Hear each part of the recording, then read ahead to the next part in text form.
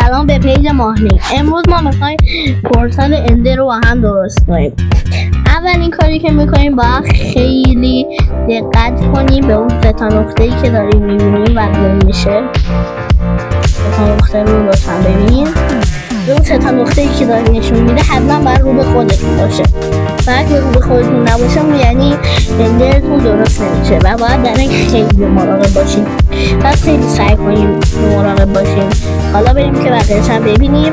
خیلی باید برای سه تا نقطه‌اش مراقب باشیم و بعد اینکه بلاگ‌های این پورتال اندر رو بباشتیم اینجوری بعدش اینا رو همینجوری باید بذاریم.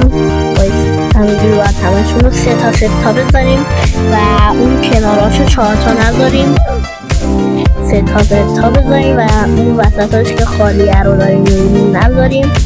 خب حالا این 3 تا نقطه که باید رو به خودمون باشه که همش باید رو به خودمون باشه. همش وقتی که همش رو به خودمون کردیم میریم سراغ چشممون مهم نیست رو به خودمون باشه یا نه، فقط میذاریم چشممون رو تا تموم شه و وقتی که اینا تموم شد میتونیم خیلی راحت بریم تو اندر.